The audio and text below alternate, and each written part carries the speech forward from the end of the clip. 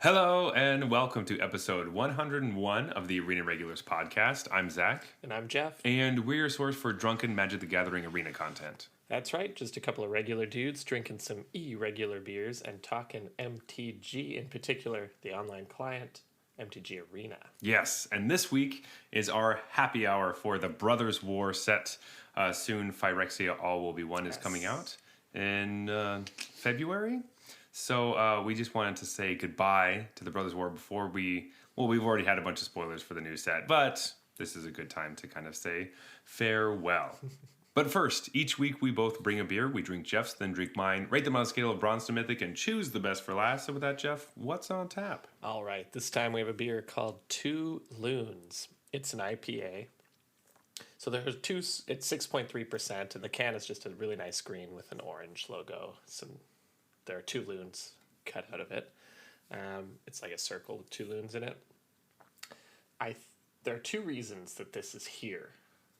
Reason number one is like the micro reason, which is that we have a bunch of beers we've stocked up for the next few episodes, some behind the scenes look there.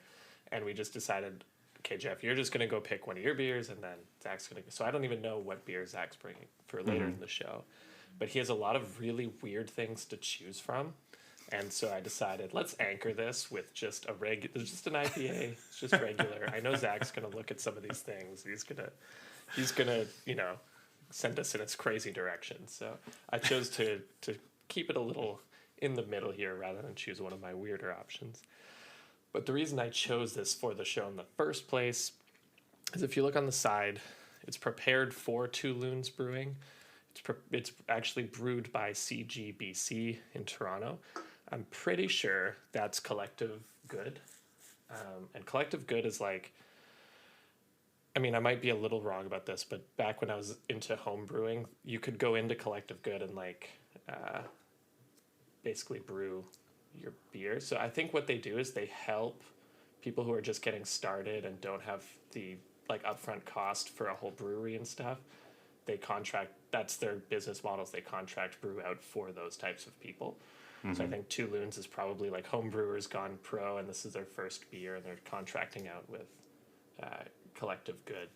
Is sort of, I haven't visited the website, but that's my guess. Just based on knowing what Collective Good is, I think that's kind of what they do. Is they help, young aspiring brewmasters enter the Toronto beer scene by providing them with the brewing facilities they need. That's awesome. Oh, how fun. Yeah. I thought you were going to say something about the ceremonial toonie, but anyway. Yeah. But no, I like that. I like that a lot. Very cool. This could be us one day. Just kidding. I don't think we're going to do that. Mm-hmm. But maybe. Who knows? We could have Arena Regulars beer out there. So, anyway, we have some Magic news. The Arena Decathlon finals were this weekend. Today, actually. So we'll talk a little bit more about that in the next segment. We had the Arena Open, which was a Kaldheim sealed /draft. So it's the day one sealed, day two draft. It's happening this weekend. We're recording on Saturday today. Interesting. I just wanted to get your take on this, that we're doing these Arena Opens that are flashback limited things. This is the second time we've had a flashback draft format. Are we liking this? Is it kind of weird? It feels a little weird to me, but it's definitely weird. So you have to try to shake that off and see is it good weird or bad weird? Yeah. I think they'll get the numbers and the data on that, like how many people play in these things and whatnot. My take on it, gut reaction, is if you're gonna do this, it has to be something people freaking love and have been missing. This feels kind of random to me. It's winter, so we did Kaldheim. Mm-hmm. Did anyone like Kaldheim sealed? I thought most people did not like it. I didn't like it.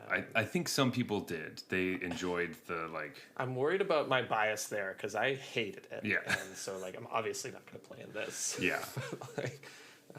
I know some people liked it because it was complex, but it wasn't.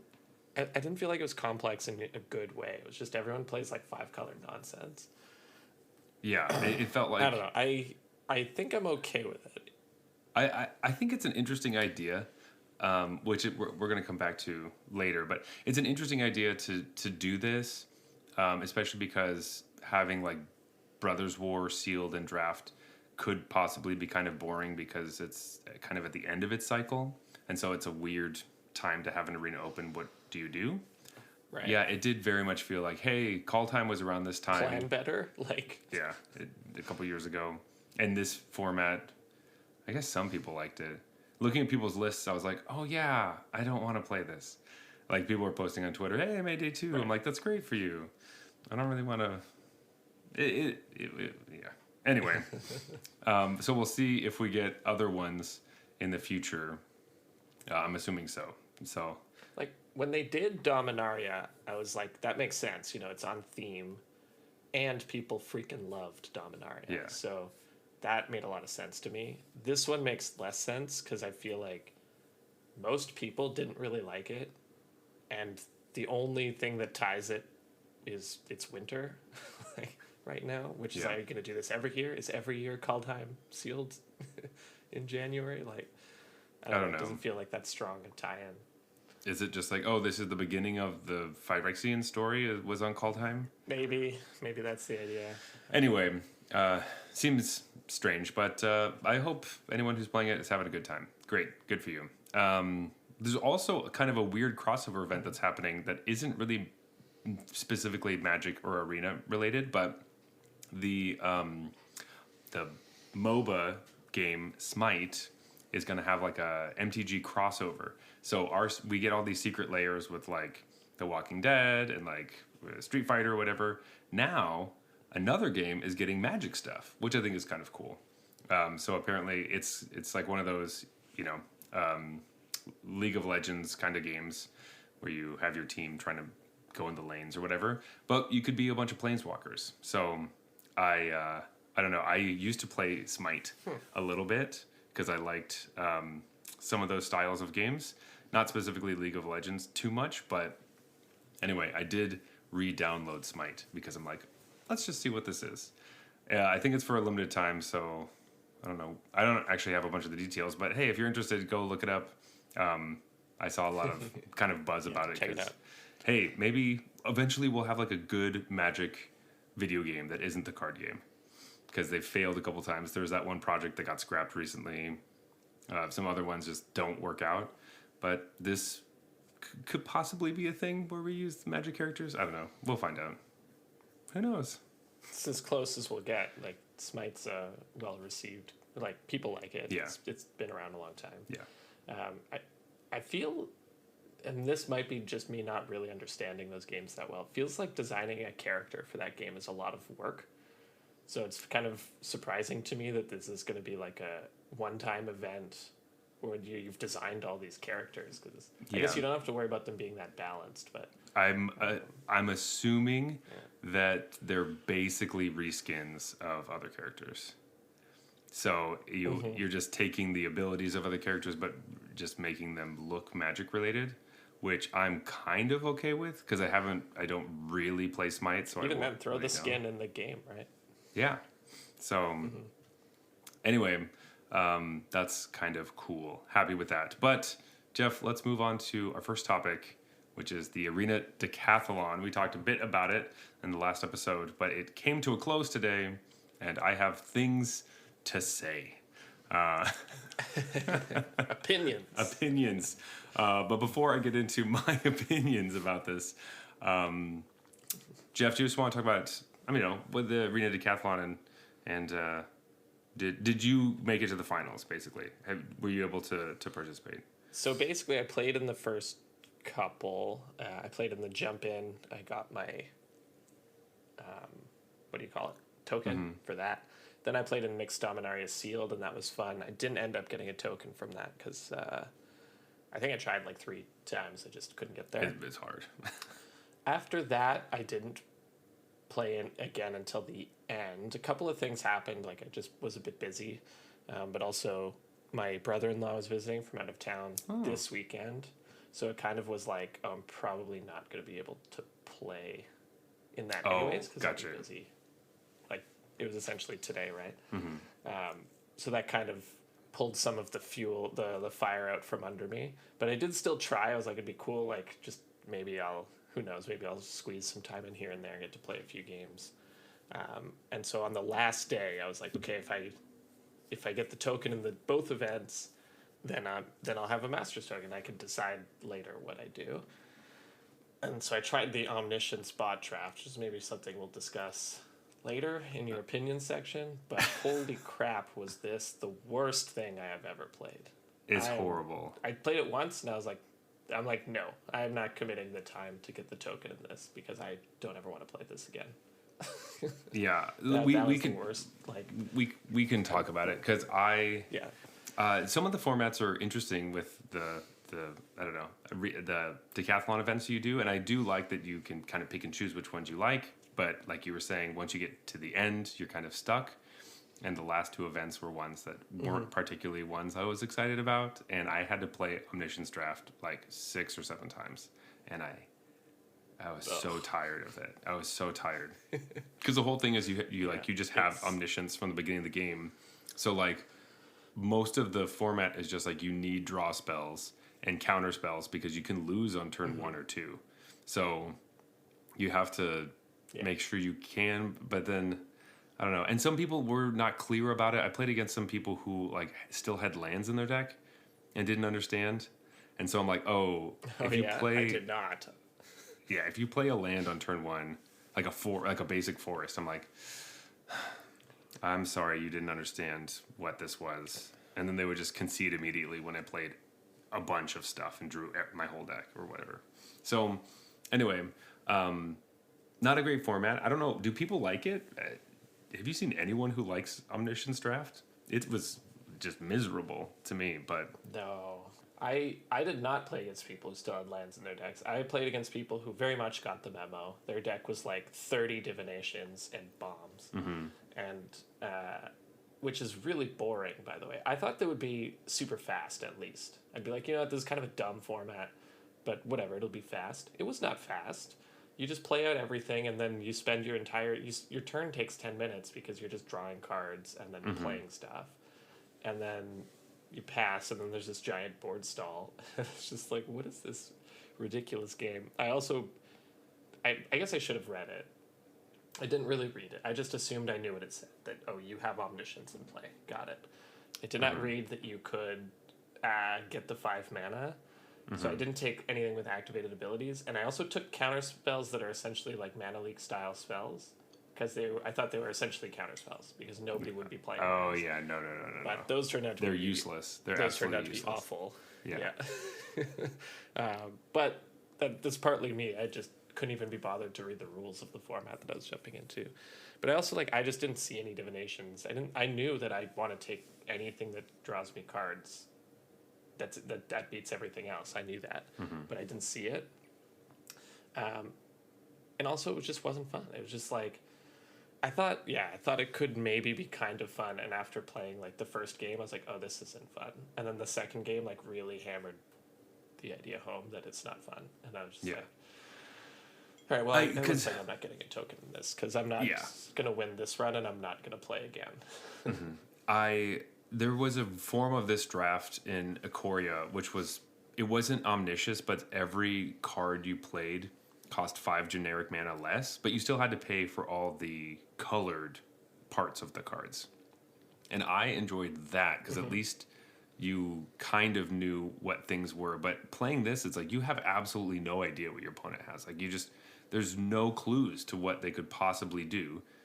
You're just like, you just play out stuff and then hope it doesn't get blown up, but it probably will. Or it's so impossible. Like it's just, I don't like it. I don't like it.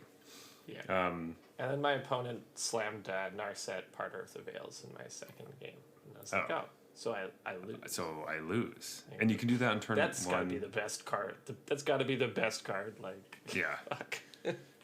Anyway, that wasn't even what I wanted to talk about, but that you reminded me about all that stuff. No, I was mainly wanting to talk about the finals now. So the finals were today. And the format was duplicate sealed, which we were talking about. Seemed pretty cool. Like what it is, everybody gets the same sealed pool. and there's a bunch of different decks that you could probably build in it, and it's up to you to figure out which deck you think is the best one. Now, in theory, it sounds pretty cool.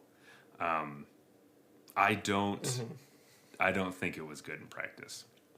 I think it was Okay. I think it was a failure. I was a little worried that might happen. Yeah.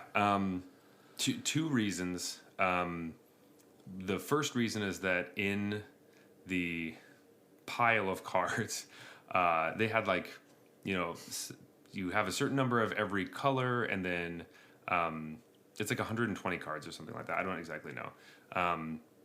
And there aren't any duplicates of anything, so everything's just singleton, which is totally fine. But one of the multicolored cards, because there's only like 2 for each color, is just Coma, the Cosmos Serpent. And you're like, oh, I should play this card, because it's like one of the reasons why Kaldheim Sealed was such a bitch, because that card was so good. Yeah, it's unbeatable. Yeah. So I went into a spiral of like, all right, well, I should play Simic, but then looking at the Simic cards, I'm like, okay, I need some help, so I'll have to play Sultai. And so I was going to play Sultai Ramp, and then I was like, wait, that's obviously what everyone's going to play, so I need to play cards that can beat Coma, because I'm going to run into Coma. And then I ended up getting into a rabbit hole, and I made a bunch of different decks, and ended up playing a really terrible one, and lost really badly. And which comes to Coma? I actually didn't lose to Coma, but I lost to a deck that was playing Coma. I just never saw their Coma. But I ended up playing like Mardu Reanimator, where I played a Coma, but I was reanimating it, because I thought if I get mine out first, then it'll be better. And I reanimated a Coma 3 times in one game, and they killed it the turn it came onto the board every time before I got a dude to make it like indestructible. It was so irritating. I was like, that person was ready for Coma, man. Yeah. But it was also like, you don't have that many removal spells. Like, I know all the cards. So it's like, you have like 3 in your deck that could deal with it, and you had all of them in your hand every turn. So that was just, it just is what it is. But it was just, it wasn't nearly as fun as I was hoping. Which comes to my second point, is that the way that the finals was put together is it's like one of their kind of like traditional, not leagues, because those are more forgiving. This was like it's single elimination. So after one loss, you're just done. And so gotcha. You can't and there's no way to practice your deck. So like you can make your deck, and then I was like, okay, cool. I will craft all the cards and go play against Sparky to see if it like runs the way I want it to. But Sparky will not let you play limited decks against it. You have to play constructed decks that are 60 cards against Sparky. You can't play 40 card decks. And so then I couldn't even do that. And I wasted a bunch of wild cards crafting this stupid deck. It was terrible. And it was just, oh man, you found out after crafting? Yeah, because it was like, oh, you can't do it. I was like, okay, cool, I'll just craft them. That's fine, I don't care. And then I wasn't even able to test out the 4 different decks I wanted to try. So then I was like, whatever, I'll just jump in. But then I was like, crap, I can't even like shift. I have to, if I want to play a different deck, I have to do it during sideboarding in the middle of a match. I was like, this is terrible. That was a bummer. And I think a lot of other people have felt that way too, of like, wow, the single elimination really, like, at least double, please. And like, I don't know, make it 5 wins instead of 4. But it was like, I didn't realize that when we were talking about the breakdown before about the finals, that it was so unforgiving. It felt very brutal. It was brutal. So anyway, I also think I talked myself out of playing the best deck. But anyway, it was, oh man. Because I was in our Discord, building the deck with some people. And then later, one of our patrons, he was like, hey, so how did it go? Like, what did you end up doing? And I was like, don't do what I did. Play the best deck. He's like, okay, cool.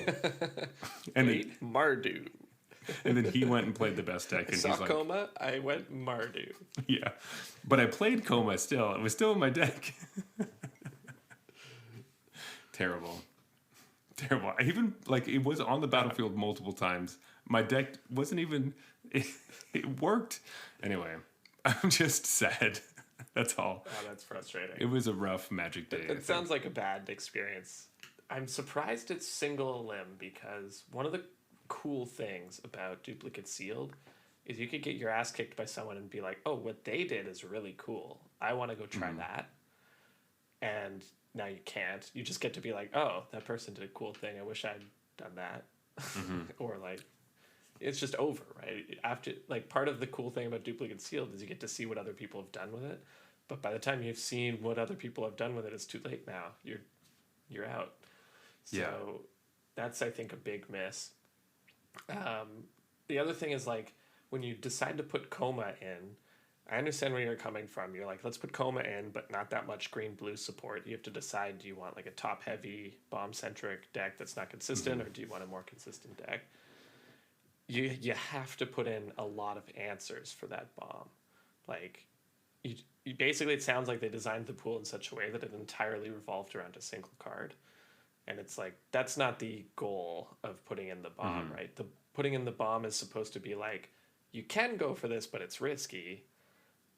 You probably shouldn't, but it's like more fun, or if you spike it, it's going to be better. Like, I think I like where they're coming from a little bit, but it sounds like they missed the mark on making the blue-green deck inconsistent enough to, like, Coma's just so good that you have to make the blue-green deck really inconsistent.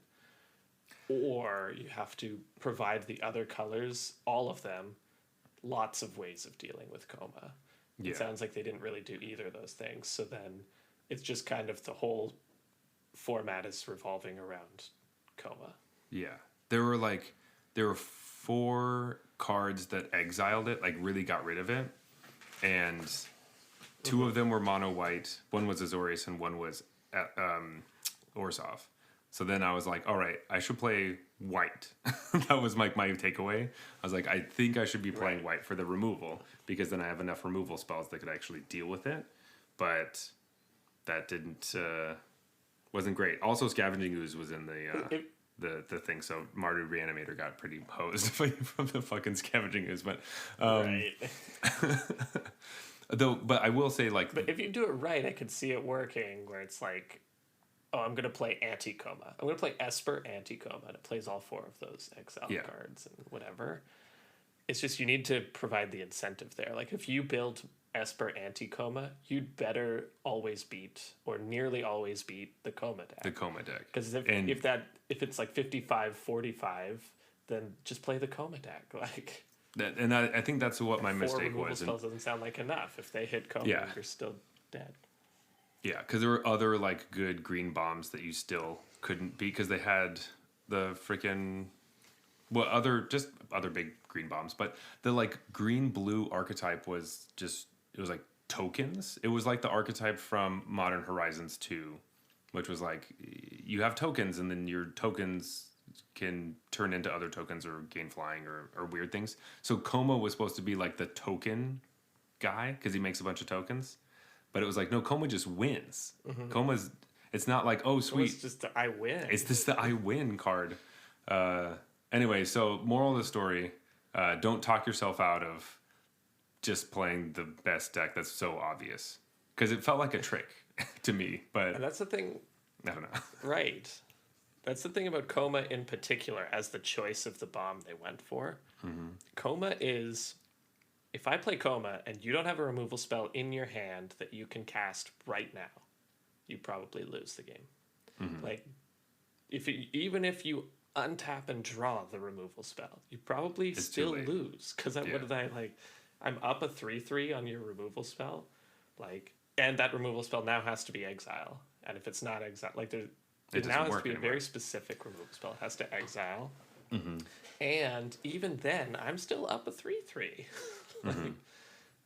It's just, and if it takes one extra turn than that, I'm now up 3 3/3s, and you're dead anyways. So, it's just it's the wrong bomb to choose. I think I understand kind of what you're going for. Let's choose a multicolor bomb. Let's make it inconsistent. Let's make everyone knows about it, so it's gonna be interesting. It's like the bomb you chose is too good though. It just wins, and Yeah. you needed to maybe tone down the power level on which one you chose a little bit. Like if it's just kind of like a Baneslayer Angel type card, it's like, oh, I could take 2 hits from this thing before finding the removal spell and still be in the game. That's fine, right? But Coma is like, it taps things down, it gets indestructible, it just makes a ton of 3/3s. It's just like, there's no way to not lose the game if the thing's on the board for a turn. So, Yep. that's probably their design flaw. I agree. So I heard a lot of people kind of frustrated this. I saw a lot of 4-0 deck lists with Coma in it. Some without, though. There was a heroic deck that people were playing, apparently, and doing well with, like Feather. And I saw that and Storm Chaser Drake, and I was like, this is another trap. Like, how many traps are you putting in this pool? Like, It's your internal bias telling you to... I was like, I shouldn't do this. I want to, but I shouldn't. I know I'm going to lose. So anyway, I went with a weird strategy that also is the losing strategy. Anyway, it doesn't matter. I'm going to lose no matter what. But I'm Felt happy. like you dodged those traps, right? Fell right into the treasure one of that- Mighty Reanimator. Because there were so many reanimator spells. I'm like, this is I love amazing. it. That sounds fun. Yeah, I was like thinking of you. I was like, oh, sick, this will be great. I think if I do well, I could like show Jeff. And the other reason I'm so mad is because I was so close to like, because I just lost my first match. That's basically what happened. That's why I was sad. But I was like a turn away. Like That's the other problem with... I was so very close.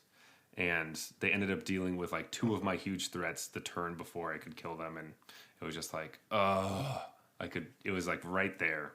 But anyway, I'm still like I don't know how bad the Mardu Reanimator plan is. Like, it sounds like you just got kind of unlucky that they hit all 3 removal spells right on time for Coma. Yeah, well, the part of the story I didn't tell you is that game I actually won, but that was just frustrating. It just took a really long time. That's right. But and it wasn't. I didn't win because of Coma, but the other games were just rough. But anyway, I'm still happy that the Arena Decathlon is a thing, and I'm happy that I went through all the weird formats and whatever to get to the finals. I wish we're not quite there yet. Last year it felt like the finals were too long because you had to get like 7 wins or something, and this year it felt too short because you didn't have enough losses to give. So somewhere in the middle, give us something else. Keep working at it, Arena folks. At least we got the timing is better, so it's not like literally. They should have just done the tried and true like best of 1 7 wins run. Like for limited, nobody would really complain about best of 1. I don't think, because that's what most people play anyways. Yeah, I think that they were trying to give you the opportunity, because I saw that Skylar, MTG streamer, she was posting that she was having a great time doing the classic win game 1, side into a completely different deck for game 2 and 3, so that their sideboard plan is completely ruined. Which it was a draw for me, but like I would want it to be like, I don't know, if you add a win, so 5 wins, 2 losses, something like that, instead of 4 and 1. Yeah, I was gonna say that's better. I think I still come down on, I like the idea, but you know how they say like, how like your sealed pool doesn't actually dictate whether you win or lose. It's what you do with the pool, which is probably still true because I did a stupid thing with my pool, possibly. But it wasn't. You did a bold thing. I did a bold thing. I just thought too much about it, I think. But I think that this experiment with like everyone having the same sealed pool wasn't as creative or interesting. It wasn't like, oh, you found that thing that worked really well. It's like, no, I saw that and it looked terrible, and you also thought it looked terrible, and we both didn't do it. That kind of thing. So because like every deck felt like Yeah, you like were maybe if they design it better, but it sounds pretty hard to design a good pool for this. yeah, and you can't also get lucky with like, oh sweet, I got 2 or 3 of this good removal spell or this sweet like 2-drop. You just don't. So it's like all the aggressive decks to me look like, oh, I have to play like more than 2 colors for any of the cards to really match up. So this doesn't feel smart. You know, you can't, you never feel like, oh, wow, I have a lot of white cards and a lot of them are 2-drops. This is going to be great for an aggressive deck. It's like, no, you don't have a lot, you know? So you have the same kind of handful of cards that are supposed to go with this specific archetype, and everything felt like it kind of had to be 3 colors to actually like do what you wanted to do instead of playing some off type cards. Anyway, it was an experience is what it was. But anyway, probably give it a silver. It was, I don't need it. I didn't love it. But I came in thinking it was going to be a diamond, so that's why it's probably ultimately like a high gold is what it really is. But at this moment, I'm feeling silver. But anyway, do you have anything else to say about that? I know I was just like shitting all over it. But do you have anything to say about the Arena Decathlon before you move on? Yeah, I think like the way you put it was perfect. Like, let's not think of this as, you know, Arena Decathlon sucks or anything like that. Or even I'd be hesitant to like throw away what were they calling the sealed, where everyone gets the same cards? Duplicate sealed, yeah. Yeah, I think when you basically what you said was like, we're not there yet. This is only the second iteration of the Arena Decathlon. We haven't got the perfect, like last time was too long, this time is too short. We're still iterating, and I'd say that's the way I want to think about this, because this is where they're like practicing, they're like testing stuff, they're trying new stuff, they're putting it out there. I think they can iterate on the whole decathlon, because I had some days where I just didn't feel like playing. Like I looked in and I was like, oh, what's today? It's weirdo standard. I'm gonna have to go build a deck for that, and then it's a draft format I don't like, or like don't feel like playing or something. Or then there was one day where it was like, ooh, it's Explorer, but I always play Explorer. Like that's what I always play. I kind of wish it was something else. Maybe some people are like, ooh, Explorer, that's my format I get to play. So I don't know what the answer is. But there were some days where I logged in and had the intention of playing the decathlon and just wasn't inspired by either format, which I don't know if you can totally avoid, but it happened a few times in a row. Like maybe it doesn't have to be all the same pool for everyone. Maybe it's like you have a base pool plus 2 packs or something like that, right? Like they can take this and start iterating on it and get to a place that's really fun. But also it really sounds like they took a really aggressive stance on the pool they made. Like it just like all singleton. I think if it were me, I would have just opened like 10 packs and been like, there's your pool. Like everybody builds the same pool the same pool. Like that would be, I mean, how cool would that really be though? Because if there are certain rares, it's like everyone has to build into that rare. So maybe there's a way to fix it. But they did have like the mana base. But I would open 10 packs 100 times and I'd look at all of them, you know. Oh, that's true. I'd say, or 12 packs. Whatever we decide the number is, I'd open 12 packs and be like, I don't like the looks of that. Reroll, reroll, and then get one. Because then you get one that feels real, first of all. Like to your point about it's just one of everything. You don't get to stack 3 murders. But also, like, if you see a coma or something and blue-green is also really good, you reroll it. I don't know. It feels like they were like, we have to design this thing that has a bomb, but it's risky to use that bomb, and then we put in answers for that bomb. And I think they, like you said, you overthought your deck. It sounded like they might have overthought this pool a little bit. The pool. I think it would feel more organic if you just did like, I don't know what the number is, but 12 packs, say, like a double sealed pool, and validate it, check it to make sure it's not just a garbage pool where there's only one deck option. Like make sure there's a few different options in there, and then the players will find other things themselves. I think that's what I had in mind when I was thinking of everyone has the same pool. Is like it's a little more like an actual limited pool than it sounds like this was. Yes, because this definitely didn't feel like a limited pool because you had, I don't know, when the screen pops up, it shows you like 6 random rares, I guess, and then underneath it says plus like 76 more, and you're like, okay, so there's a ton of rares, like Plus coma. yeah, plus coma, but like they also show like, you have a pretty good mana base. And they did give the triumphs from Ikoria, but not from New Capenna. So it was like you could only play not that you could only play because you could use a bunch of them. But anyway, the one thing with the pool, I know that I'm trying to stop talking about this, but the one thing with the pool is that there weren't any alchemy cards or like rebalance things. That was not part of it at all. There were Modern Horizons cards. Okay.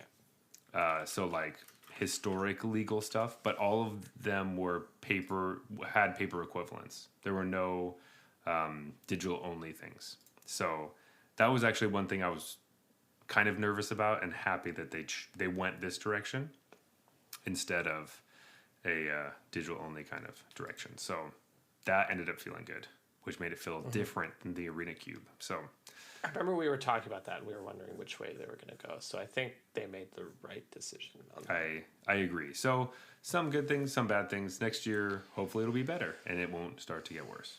But talk to us next year about what we think about that. I'm still going to be think next year when it pops up. I was going to say I'm going to be excited for it, but realistically I'm going to kind of forget about it. And then when it pops up next year, I'll be like, oh yeah, the Arena Decathlon. Yeah. And even just going from this year wasn't during the holidays, it's like a big improvement. It's huge. So they're moving this thing in the right direction. But with that, Jeff, should we go on a beer break and then we can get back to the Brothers War and our final thoughts on that? Absolutely. This beer break is brought to you by our patrons over on Patreon. That's right. You're already supporting the show just by being a listener. But if you want to support the show even more, well, the Patreon, that's the best way to do that. Plus, you get to vote on your favorite co-host by either buying me a beer or buying me a beer. So go to patreon.com/arenaregulars to vote on your favorite host. And if you'd rather support with beer emojis rather than IRL beers, that's great too. You can do so on the Arena Regulars Discord. The channel link is in the show notes. Okay, Zach. Ooh. What do we got? This is a beer that's coming from a long ways away. When I was on holiday, I got this one when I was over in Alberta. So this is a beer from Edmonton. It's from Analog Brewing Company. It is called Dunkel Kong Country. And I think we actually talked about this beer a year ago, and I didn't pick it up, so I brought it this time. But it's their chocolate banana Weissen. And the can, it's all like, it's Analog Brewing, so all of the beers are kind of like video game themed. So the cans are all in 8-bit graphics. And this one has like the whole brewing staff in 8-bit, and they're sitting on the Donkey Kong level where you're Mario jumping up the ladders and trying to jump over the barrels. That's what it is. And there's like a piece of chocolate and a banana around it too. There's a guy at the top who's going to be throwing that barrel, looks like. Yep. And this is 5.5%. But yeah, chocolate and banana. Let's see how this goes. I mean, perfect name, right? It's like a banana dunkel, kind of. So it's a Dunkel Kong. Dunkel Kong Country. Love it. Love it. If you're ever in the Edmonton area, go check them out. Their website seems pretty sweet, and the folks seem pretty awesome. Lots of Dungeons and Dragons kind of jokes through all their beers and different video game things. So right up our alley, really, honestly. Didn't we pitch this, the nerdy brewing company? They stole our idea. I'm pretty sure they have been working on it and had a lot more to do with it before us, but sure, yes, they stole our idea, definitely. Let's not look into that. Let's just assume they stole. Let's just assume that we're original. Yeah. Anyway, Jeff, let's talk a little bit about the Brothers War with our happy hour, where we get to go back and look at which cards we picked during our first sips to see whether they made an impact Oh on boy. the formats we thought they would or not. And then we'll kind of round it out with some of our favorites before we say goodbye and move to Phyrexia. Kind of, Jeff, overall, the Brothers War, how did it feel to you? How are you leaving it? I think it was a pretty good set. I mean, the caveat that you'll probably hear me say again throughout this whole thing is that I didn't play this set that much with the holidays, just being busy and everything. And also kind of moving to Explorer as my favorite format, certainly recently, where new sets impact it less. I wouldn't say like I loved this set so much, and because I just didn't experience that much of it. I didn't get in as many drafts as I usually do. I don't think I played any standard since this set came out, and usually I would have played a lot of standard. But my general feeling is like it's a cool set. It has a lot of interesting things going on. When I look in on standard or watch videos or anything, it seems like a reasonably healthy format. There's a few different top dogs with different options, and a lot of the Brothers War cards like are responsible for a lot of that. So I'm coming out of it thinking this was a good set, but not like feeling it because I didn't experience it as much as I normally would. Yeah, I think I have a pretty similar feeling to that as well. That it's always hard when you have, especially now that they're doing this where they have a set that kind of comes out right before the holidays. It does make it difficult to actually experience it. And that I have been playing a lot more Explorer. All the same things that you said. Though, from, I think, a draft standpoint, I didn't love the draft format. I really liked the different mechanics that they brought into it. Prototype was cool, and having on Earth again, fun. And I liked that they made those parts of it colored, while the other bigger cost or regular costs for the cards were still like not colored. But it just didn't, I don't know exactly what it was, but it wasn't exactly what I was looking for. I think I just liked Dominaria United like so much, and this just felt different. And I'm not always big on artifact sets, and some of the draft format kind of revolved around like getting retro artifacts that would replace themselves. A lot of the ones that just like you play and you just draw a card immediately, and that's not really the style of Magic I like to play that much. And so if that's one of the best types of strategies, it's not as exciting to me. So I know a lot of people that think it's really great, but for me it's okay. It didn't feel bad. It wasn't like New Capenna where it's like there's a problem. But it is kind of forgettable, I think, a little bit to me. Yeah, and I think that just happens sometimes too, right? Like personal preference does play a factor, and sometimes, there's nothing you can point to about a format where you're like, I don't like this. But you're just like, I don't know, I just didn't love the format. Like I said, I didn't play it that much. Just from looking at stats or whatever, looking at videos, it seems like what we thought might happen kind of did happen, where everyone's trying to do these big cool things, and then it's like Boros is the best deck because it just I don't have time for any of that nonsense. I'll just kill you. Yeah.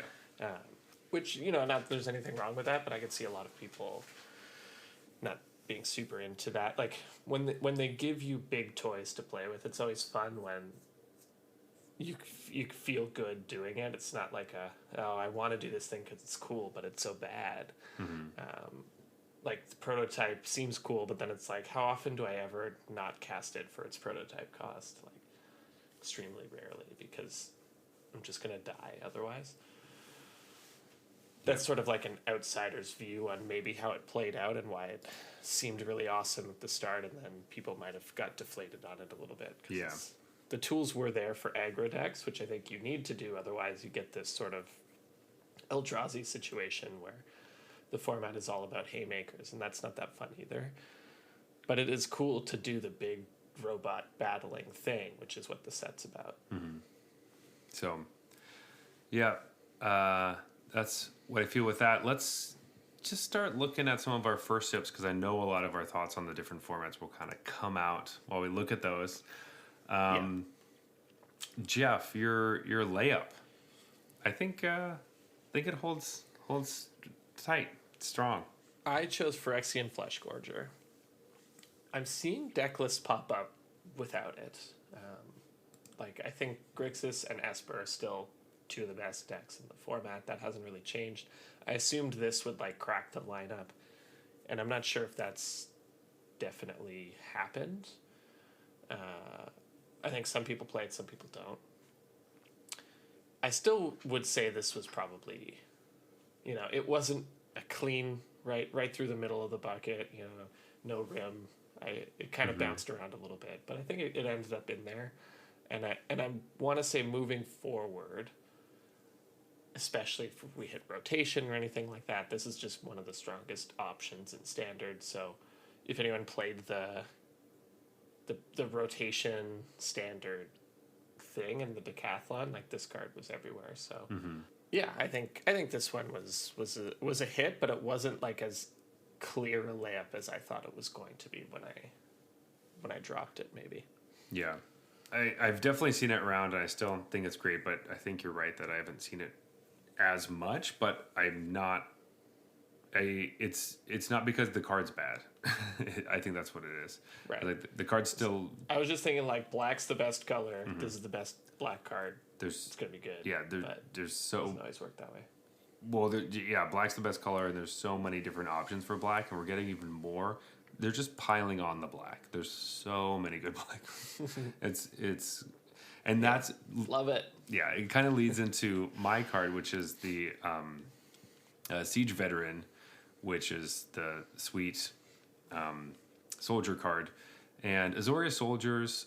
I still think it's a deck that has a space in Standard, but it does feel like if you're not playing black, you're making a mistake. I came in really excited about the Soldiers deck, and I've been slowly falling on it, and it's not... I played more today to remind myself about it, and it wasn't fantastic. And I'm like, oh man, I should just be playing Grixis because these cards are just all so good. So I still think this card is great, and if there's ever a Soldiers deck, this will be part of it. But I'm not as high on Soldiers anymore. I was really excited about it. I think I was really excited for a lot of things with this set, as I do with every Magic set, because new Magic sets are always exciting. Yeah. And coming out much less excited about most everything, I think. Maybe it's just maybe I'm just having a bad Magic day. I'm just down. But... yeah, you're just a downer. I'm just sorry. I'm a downer today. So when I checked playingstandard.com, it does list Azorius Soldiers as it has nothing in S tier. So S tier would be this is the deck you have to play, kind of, or you need a good reason not to. And then in A tier, it does have Soldiers along with Grixis and Esper, and then also mono white mid range.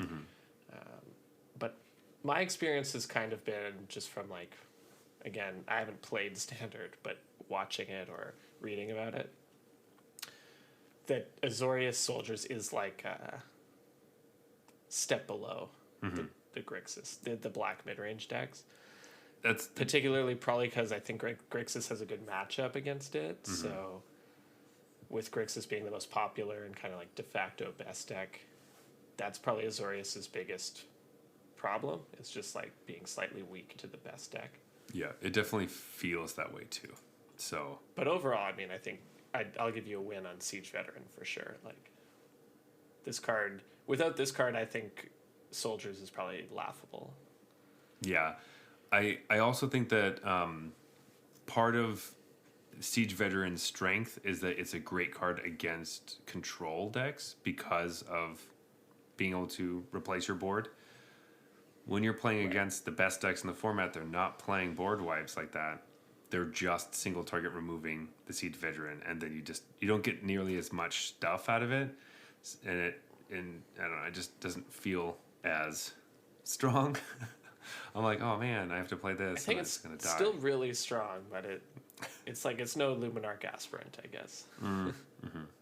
Just that the 2-drop is a world of difference because it basically means them having the removal spell already and ready to go versus falling behind because they now have to spend their turn to answer it. And like exactly, it's like that one turn of tempo really changes things. It does change things, and it just hasn't super clicked. I am also kind of lazy with my decks. I'm still going to be playing a Soldiers deck because I just do because it's in my collection. It's just there, but I'm not loving it. I will probably get I probably won't play Grixis. I'll probably play Esper, but that's kind of my thing. I'll be playing Jund. Which brings us into our 3-pointers. Jeff, I do want to hear what you think about this card now. All right, so my thoughts on this card are that I might be the only person who's played it. Are you? I played this in a competitive tournament. Yeah. So what's the card? What is it? It's Transmigrant's Crown. I'm sure everyone knows what it does. Does anyone else play this card, or am I the only one? Are you still playing it? I just know that when we were playing, because you played it in the Pioneer tournament, and during that process, you kind of said, I shouldn't be playing this card. Yeah, I would cut it in the metagame that we were in. Like, it wasn't mid-range wars. It was excellent against Rakdos in the mid-range battle, but it was very bad everywhere else. So that's why I would cut it. I would play maybe a sideboard copy, or I'd play it if I thought mid-range was the thing to do. And in standard, mid-range is the thing to do, but I think it looks like the Anvil deck just didn't get there in standard because I'm not seeing it show up anywhere anymore. And that's really the only place you would see this. So for those who don't remember, this is like they call it fixed skull clamp, but it's like it's very bad skull clamp. It's skull clamp at home. But it's the equivalent. Yeah, exactly. It's skull clamp at home. Exactly. So I would say I missed this 3-pointer, but I am not upset that I took it because this is my kind of card. And I do think if like the Anvil deck turned out to be a standard player, this would at least be in the 75. I feel similarly because my 3-pointer was Mishra's Research Desk, which was kind of a flash in the pan. Also love that card. But also fit in that deck, and also doesn't see play because that deck isn't really playing. I don't feel bad at all. I still like that card, but it's just not being played because that deck has been kind of edged out. So I even think it's still being undervalued. I think it's just a good card and more people should be playing it. But there's just so much power in standard that, you only have so many slots in your deck. Yeah. Half-court shots. Yes. Some of these, like, I forgot what I wrote down, and I'm like, why did I say that? Well, I think I scored mine. So yeah. Go for it. I chose Cityscape Leveler, and there's a deck in Standard that has been on the rise recently. That's just Is It Ramp, and it just ramps into this thing. And it's like a pretty solid deck, and it was actually really good in the whatever that challenge, the last challenge of the where it's with the cutting edge, like pre-rotated Standard. Yeah, cutting edge. Yeah, they played the last 3 sets. Yeah. Yeah, Is It? I think they're calling it like Is It Power Stones because it plays the Power Stones. But yeah, this is just a card that people are playing in a legitimate tier 2 plus standard deck. So I think for a half-court shot, that's about as good as you can expect. It's pretty good. They even have it in the Karn board in Explorer for green. I would have taken that as a win. That's a win. Just that. I think that's a huge win. Like you're taking up 1 slot in the best deck in Explorer. Come on. Like, that's good job. Yeah, and I specifically said I'm not trying to reanimate this. I'm literally just trying to cast it. Yeah. And I was like, that's what I want. We're just casting this. Just cast it. Because when you reanimate it, it's not nearly as decks good. Are doing. Because it doesn't blow something up right away. Yeah. I, however, picked Draconic Destiny, which is that red enchantment that you probably don't remember what it is. What the hell is that? Exactly. Nobody plays it. Yeah, we don't really have any... The red deck I was hoping would be something is not anywhere. So that didn't happen. This card is not being cast I think mono red aggro is pretty good, right? Isn't it? in standard. It's like probably They're not just tier 1. not using this card. I've been seeing it. Yeah, it plays like the dig site, whatever that 2-drop that this. It's because of this set plays the 2-drop that I can picture the art, but I can't remember the guy's name. Oh, Felden, excavator. Felden, yes. And some people are claiming there's a mono red mid range deck in the format, but it's just the aggro deck that plays Jaya. And I got really excited. I was like, ooh, big red or mono red mid range, love it. And then it was just aggro.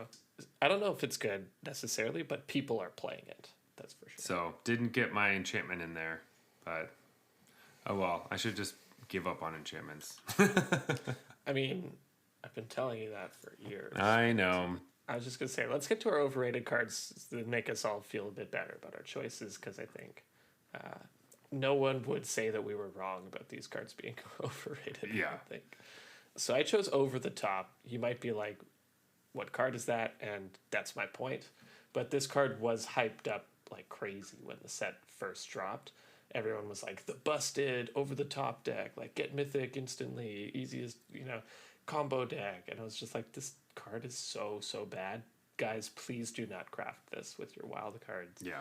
And I think those decks have proven themselves to be memes. Like, it's not I'm not patting myself on the back for a genius call here. I think my intent was more, hey, this is a meme deck. We probably all know it's a meme deck. Sometimes meme decks turn out to be real. Let's not waste our wild cards though until we're sure. And this meme deck was not real. Yeah, thank God. I still haven't read this card. I completely forgot about it. And then my overrated card was Diabolic Intent, which also has seen no play. Everyone was getting excited about this Sacrifice Tutor in Standard. It's not that good. Yeah. If I'm saying a card like this isn't good, it must really suck, because yeah, this is exactly the type of card I should like. So there you have it. We're smart. Just kidding. Genius. Geniuses. Going to our underrated cards, I'll go first with my fantastic pick of Audacity. It's still underrated. This deck is coming together slowly. Because Can you remind me what this card does? I don't even remember this card at all. Audacity? It's like Rancor. Right. It's fixed Rancor. It's fixed Rancor, quote unquote. But yeah, we're getting another card for the deck I want in the next set. We'll talk about it at some point. Yeah. But this Simic Enchantress deck that's going to have a poison sub-theme. It's coming. I'm excited. I'm excited for it. Okay, Audacity is to Rancor as Transmigrant's Crown is to Skullclamp. No, Audacity's better. That's how big a downgrade it is. No. Audacity... It's a similar downgrade. It's much closer to Rancor than... Because it's much closer. It's much... Yeah. You got no respect for the Crown, man. No, I don't. You're like, correct. Yeah, correct. You're right. So I love that because my underrated card is in an extremely similar position, and I stand the fuck by it. Blanchwood Prowler, it is Satyr Wayfinder at home, but it is closer to Satyr Wayfinder certainly than Audacity is to Rancor. But by like a card, basically. But in the upcoming set, we have a lot of stuff that cares a lot more about self-mill.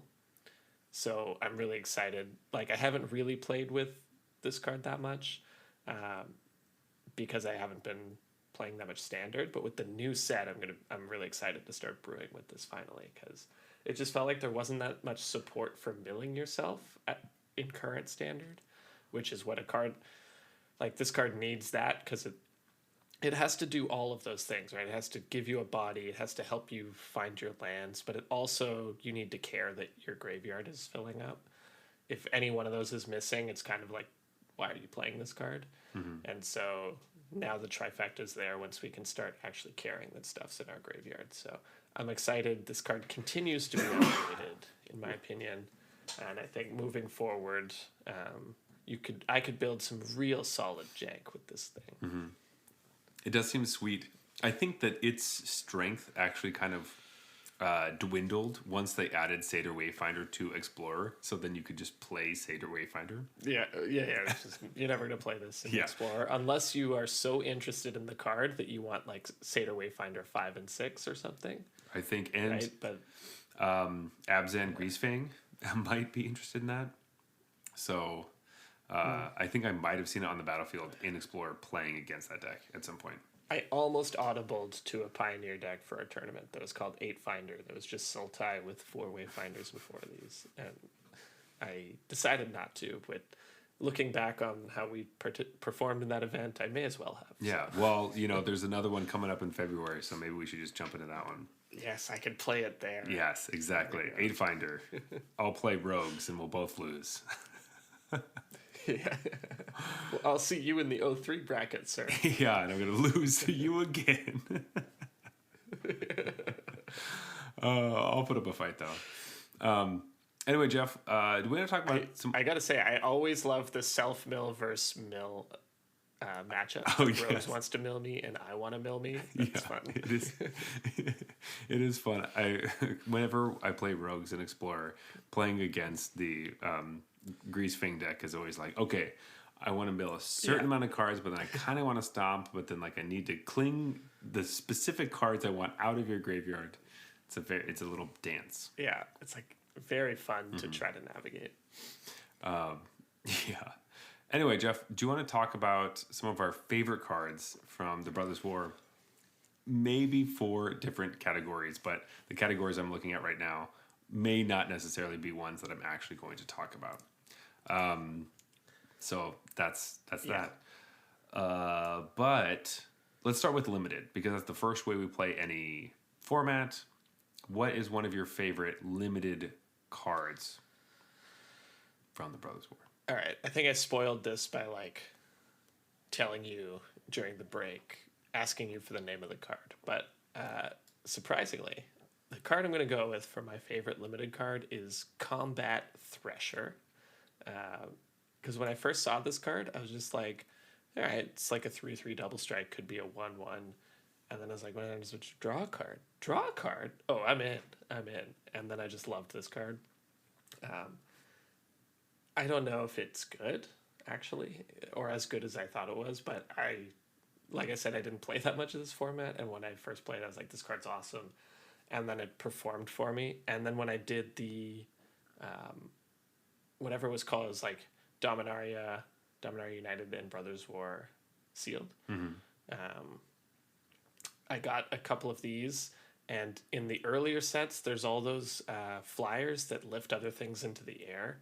And so I was really I was buffing this and then lifting into the air and smashing for like 8, and it replaced itself. And I was just like, yeah, fucking Combat Thresher, winning me every goddamn game.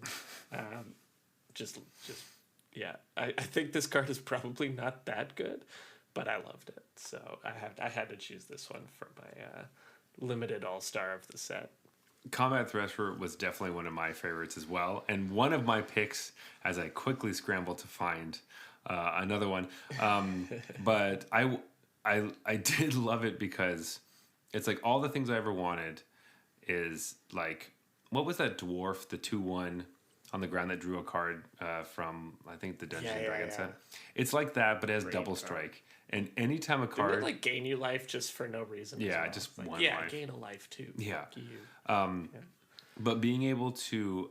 well, first of all, any card that has double strike on it that doesn't cost very much, I'm always really excited because it's prime to put some like enchantment or equipment on it.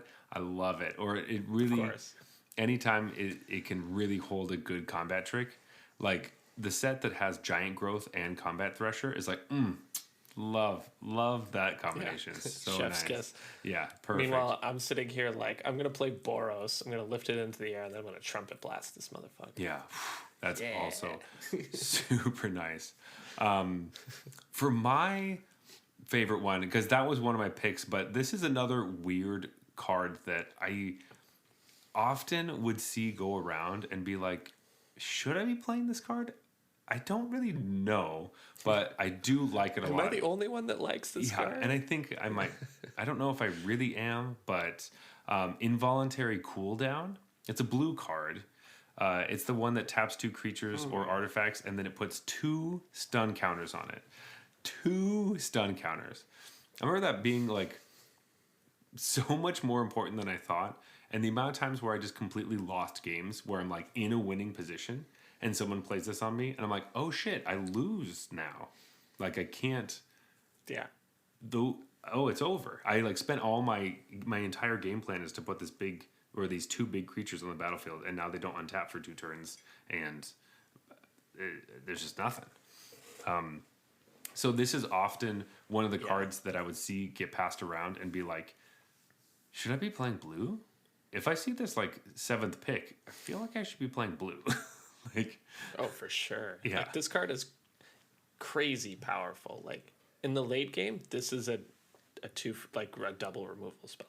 Basically, because the game's not going to last 3 turns. So, like, this is just I win a lot of the time. And then it also has that other side of the coin where it's like you go 1 drop, 2 drop, 3 drop, tap both your creatures for essentially 3 turns because I'm tapping them now and then they don't untap twice. It's like, man, you better have a good hand or you're dead. Yeah. Like, Anyway, with that also saying, like, I'm so happy we have stun counters and we can just say that now. I hope they keep it up and just like stun that's the thing counters now. is I mean, great technology for the game. yeah, it's great technology. I'm a little sad doesn't have anything to do with ice or frozen, but it makes more sense and it can fit in more sets as a stun counter. But yeah, they used to always this used to always be icy kind of stuff, and that's the reason we're like, oh man, it should be a ice counter or something. But stun counters does. I acknowledge that stun counters make sense. though you can see in the art that there seems to be ice around this thing, so they're still using I think ice. they still throw us those bones. Yeah, so thank you. But yeah, I understand that not every set can have an ice, I don't know, thing that happens. Something can't be frozen in ice at every plane. Though, I don't know, we'll find out. This is our desert plane, Amonkhet, and everything's frozen. So, Jeff, as we haven't really played a lot of Standard or Alchemy or Historic, we've mainly been playing Explorer. So I think we should probably just talk about our favorite like Brothers War cards that have made it into Explorer. Now, besides like Obliterating Bolt, which is a removal spell that they're using a lot, I think the card that I was surprised to see, but then after I saw it, I was like, oh, why was I surprised at all? Is Portal to New Phyrexia, which is another one of the... Or no, it's just Portal to Phyrexia, sorry. My apologies. This is one of... Yeah, I know, right? This is one of the cards in the Green Karn Wishboard that I see a lot. And it always comes at the most inopportune time, and I'm always upset to see it. But I'm happy that it actually made it into Explorer at all. Just because that doesn't always happen. And, you know, it's good that the cards in Explorer are artifacts, and this is an artifact set. So it's great to be able to be like, yeah, hey, that artifact set did have artifacts that cracked into the, you know, bigger format. So the Portal is my favorite in a sense that it's a big splashy card I was excited for when the set came out. I don't play it, and I hate when it comes down, but I still like that it's a 9-mana artifact that can be played in this format. Even if it's like kind of cheating, like it feels like it's a little bit cheating because of Karn. But that's the thing about wishboards that I think is undervalued, like by the community. People always argue, "Oh, wishboards so lame," because like you get around the deck building cost of putting a bad card in your deck or a situational card in your deck or whatever. And it's like, sure, but another way to look at that is that cards that would just never see play otherwise actually find their way into the competitive landscape in a meaningful way.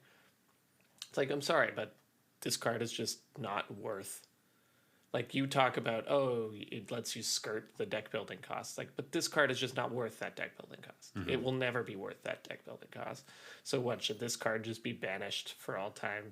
Or is it like there's still a trade-off? You're still taking up a sideboard slot. You're still using, so there is still a deck building cost. It's just diminished. Yeah. And so I think that's like a really good thing. And I think the mono green Karn deck exemplifies it perfectly, that every few new sets, the deck changes, even just a card in the sideboard. But like, as you say, it's meaningful because you said inopportune. I'm sure the Karn player thinks it's at the most opportune time that this card shows up. But it's like, you lose to this card. That's a real thing. You lose to Portal to Phyrexia in Explorer. That's a thing that would never happen without Wishboard kind of technology. So I understand both sides of the argument, but I think too many people like brush it off as just a bad thing when it doesn't have to be. Yeah. No, I think that's a great... I've never had someone explain to me why Wishboard could be good, so thank you for that, because I can be fairly firm in the fuck that, but I just don't really play those decks because they play a lot of one-ofs. I don't love playing decks with one-ofs because there's too many lines to take. And I don't like thinking about that. So yeah, man, the decision trees really branch off. Yeah, they really do. A bunch of one-offs. I would say this was a big sort of, I wouldn't say epiphany, but like something I reconsidered and thought about again when I started playing a lot of the Teamer Adventures deck, when that was like a thing. The brief period where that was a good deck, because that was extreme, where your entire sideboard was a wish board, and you didn't sideboard anything, and so it was just like it's kind of fun that all of these cards that would otherwise just not be good enough to play are in here. I have renewed faith or renewed perspective opinion on wish boards. Yeah, perspective, exactly. Now, I don't know too many other cards that have actually squeezed their way into Explorer, short of maybe a few other cards that are sometimes played in the mono basically board. Yeah. So what I'm gonna do is, well, one card that I haven't actually seen but I think is reasonable is Obstinate Baloth, because anytime there's discard, like you side this in case your opponent tries to make you discard stuff, but that's kind of lame. So what I'm gonna go with is a card in classic me fashion, a card that I love, that I wish would crack Explorer, but I think probably won't. And I'm going to go with Fauna Shaman for that, because this card is so cool. I love Fauna Shaman. The reality is it's probably just going to die, so the fact that it doesn't do anything, like generally creatures that don't do anything immediately aren't good enough anymore in modern Magic. But I love like creature-based combo decks, toolbox creature decks, and this is exactly the type of card that deck wants.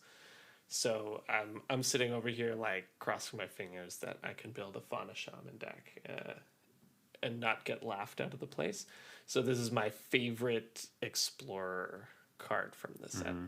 So do you think... I know we haven't talked about any... like, we're not really talking about the new set, but... this Fauna Shaman deck, are you going to be playing Tyvar in the Fauna Shaman deck? I think you know that I am. Yeah, I'm pretty positive. I was setting that up pretty well. Yeah. With, if only it had... I should have said, if only it could activate this ability as though it had haste. Interesting. If you haven't seen the new the Planeswalkers that have been spoiled for the set, that Tyvar can let creatures like Fauna Shaman activate the turn they come down. So much better if you don't have to wait the whole turn, because yes, this card will die immediately if you can't do that. Jeff, I think we should just jump to favorite art, because that's one of my favorites. Really is. Yeah, it's also one of the hardest ones, man. There's so much good art. It is pretty hard, but I think I have mine pretty locked and loaded. So I'll just start going while you're still thinking. Sure. Outside of like retro frame stuff, which is awesome, but like the art isn't really changed, or all art things, I do love all of the commands and the lands. Those are all great. Those are all very classic ones. But one of the cards that every time I see it, I want to take it in a draft because the art is so nice. And then I remember the card's fucking unplayable and horrible. But I love the art on this card. And that's Calamity's Wake, which is just Urza standing by, like, it's the Ice Age is starting. It's after he, like, uses the Silex to destroy Mishra and end the war. And the snow is falling. It's a very peaceful scene, and the rest of everything else is just like battles. So it feels very jarring when you're looking at all the cards at once. Just like the colors are kind of different. It's very white, but I always see this. And it's always at the top of my screen because it's an uncommon that hasn't been picked yet in the back. So it's always right at the top. But I want to take it because I think the art looks so nice.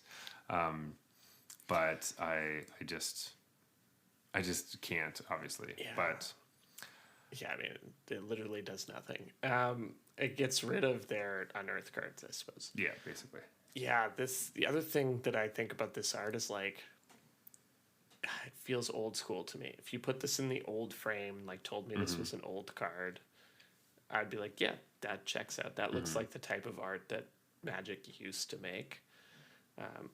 And I don't know, I know that's a little, like, intangible. I always describe it as, like, Magic art has gotten a bit more comic booky, a little more 3D, like a little more shine and gleam.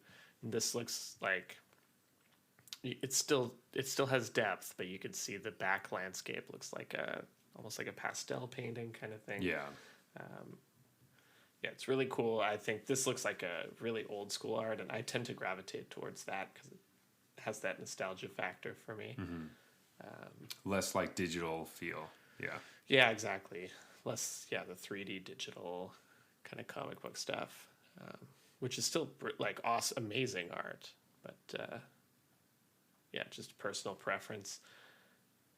I love your call out of the command.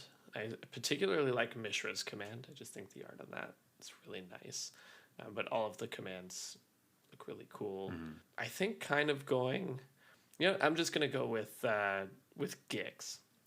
I really like the art of Gix, just like this big fiery portal and all his supporters like bowing to him as he comes out.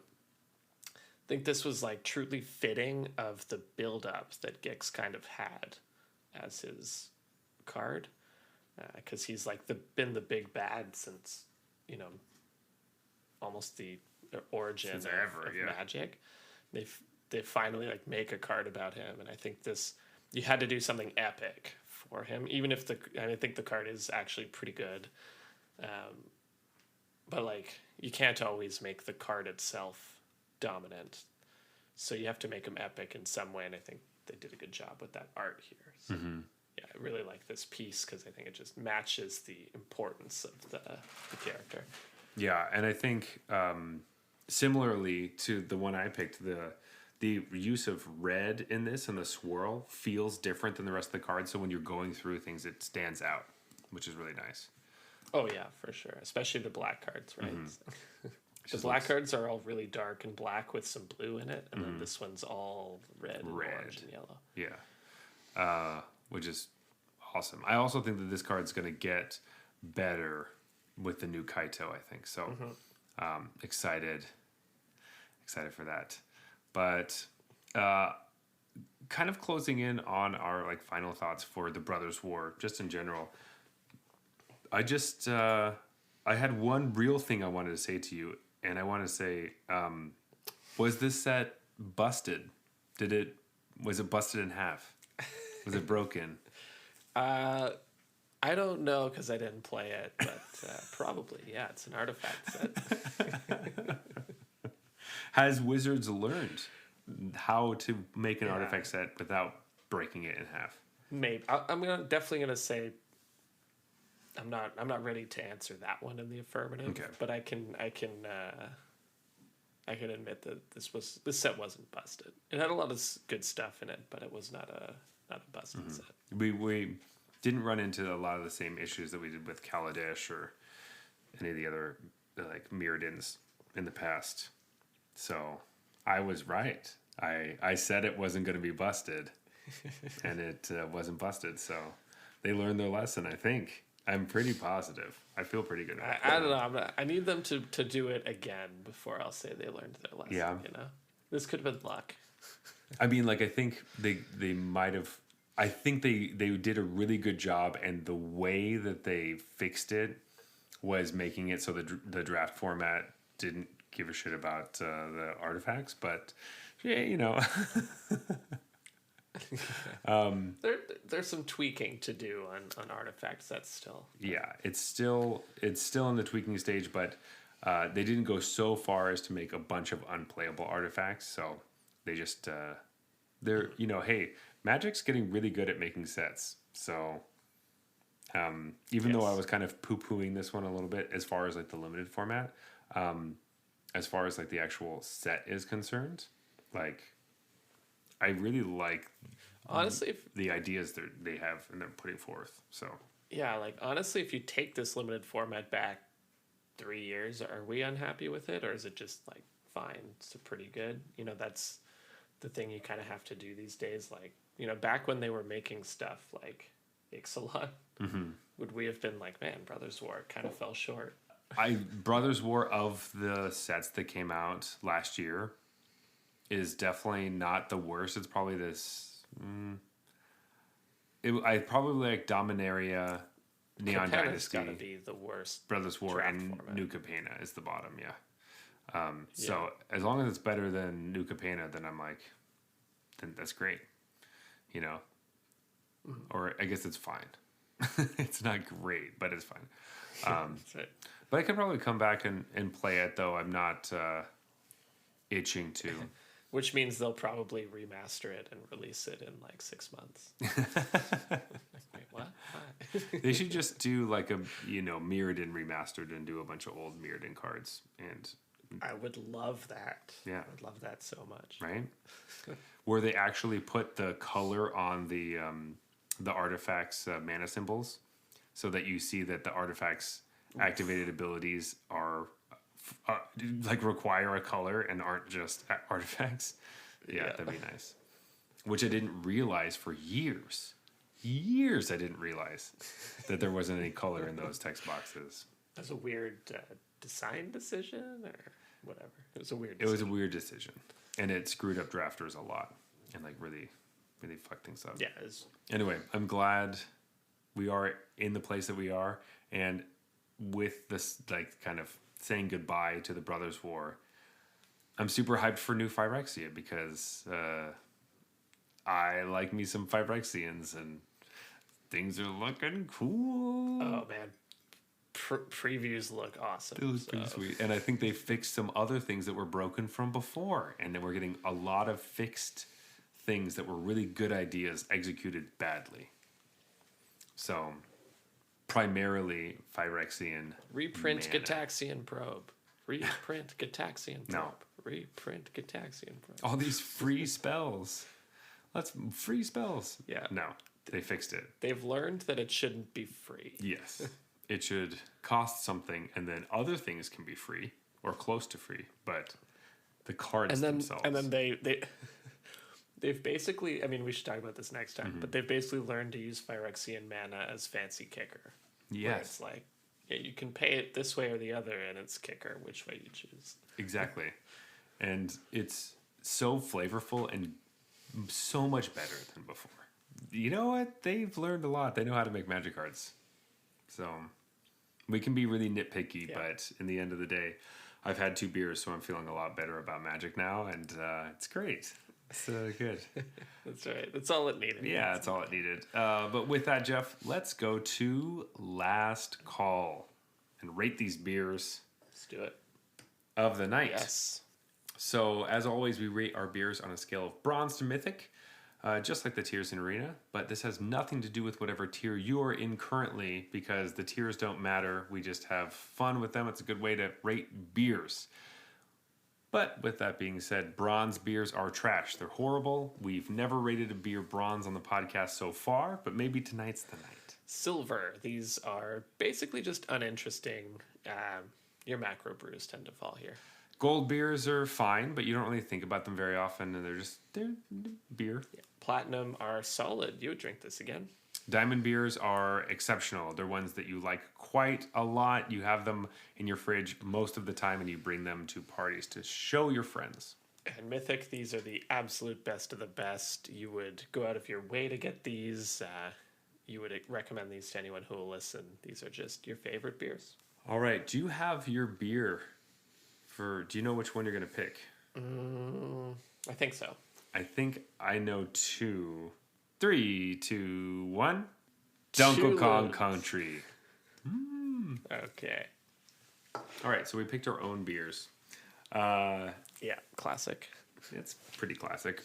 Jeff, let's talk about Two Loons IPA. Yeah, sure. I thought it was pretty good. Like, it just kind of hit the mark on what I was expecting. It doesn't promise a lot, right? The can just like, hey, I'm an IPA. Mm-hmm. And then you drink it, and you're like, yep, that's an IPA. It didn't have any big, bold flavors, really, that I remember. It wasn't like one of those punch you in the mouth kind of IPAs. It was really just, I'm a pale ale, and I'm a little stronger than, is classic for that style. I think it was a little bit sort of juicy,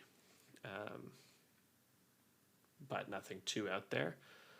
So, I mean, given that, for me, it's platinum. It's just kind of like a well-made beer, and it's a style that I like, but it didn't push the boundaries on anything or do anything awesome.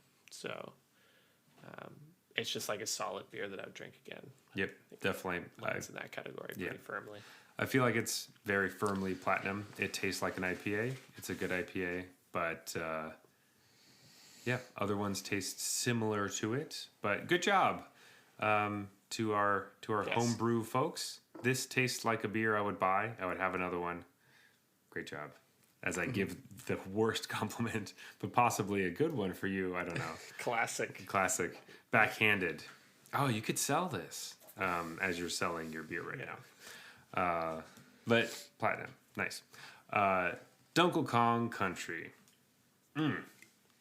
This beer, I didn't know what to think, and banana is not a flavor I like very much at all, actually. However, for some reason in this beer, the first couple sips, I was like, uh-oh, I don't know what's going on, because it doesn't taste like chocolate very much. It's very banana-y. But as I went through it, it went down very quickly, and I was hoping for more at the end, and I was like, I didn't think I was going to like this that much, and I ended up liking it a lot more, so much so that I wish I had more, like I just said, so I'll probably have to say Diamond. I like this. I'm going to have more when I go back. Like, I want to get this beer again, because most of the time, something that tastes this way is, I'm never really interested in it, but it wasn't as weird as it felt originally. Yeah, definitely. I have very similar feelings about it. I think I'm probably less sensitive to the banana flavor than you, so I didn't actually think it was overpoweringly banana at the start.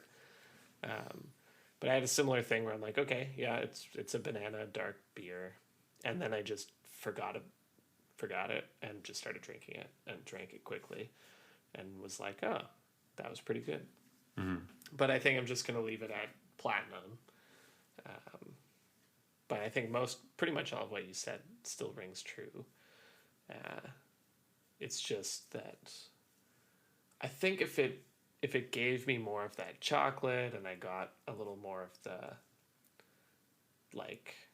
the dunkel aspect of it, that roasted for sure malts coming through. Yeah, it doesn't really have the dunkel feel. Then I'd be with you on Diamond, but like I definitely got banana the most out of the three things that they promised. I feel like they maybe didn't deliver as strongly as they could have on the other two things they promised. For sure. I guess when I was thinking about it, I was thinking just chocolate banana, so it's like, oh, there's only two things, and then I got one of them. Right. Yeah. I wasn't thinking about the Dunkel because I would never give this to someone to be like, this is a Dunkel. This is what Dunkels is like.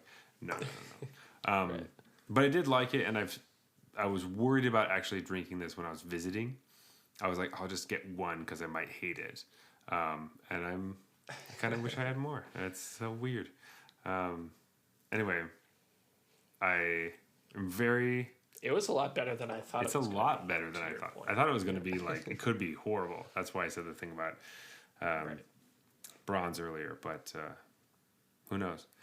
Maybe one day we'll find a bronze beer on the show, but we tend to stay away from them. That's right. It's rare to encounter one, but when you do encounter one in the wild, you don't want to bring it on the show. Yeah, exactly. I don't want to drink it again.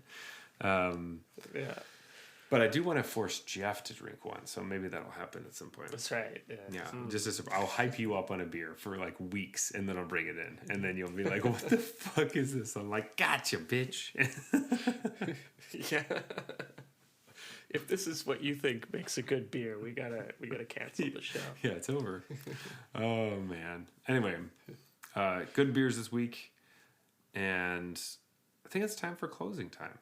As always, you can find us at Arena Regulars on Twitter and Instagram. May also bump into us on MTG Arena itself under the username Arena Regulars Podcast. If you want to talk to me personally, or if you see my username on Arena, it's Zulberg, Zeulberg on Arena, Twitter, and Instagram. But Jeff, where can they find you? Best place to find me is on our Discord channel. I go by Regular Jeff on there. And again, you should be able to find the link for that in the show notes. Also, please leave us a review on Apple Podcasts, on iTunes. Follow us on Spotify and leave us a review there. We're on YouTube and all the other places. Your support is very helpful, and we love to talk to everyone. So, yeah, give us any feedback that you have, because we'll take it. This has been the Arena Regulars, reminding you that Zach was right. The Brothers' War is not a busted set. Good night.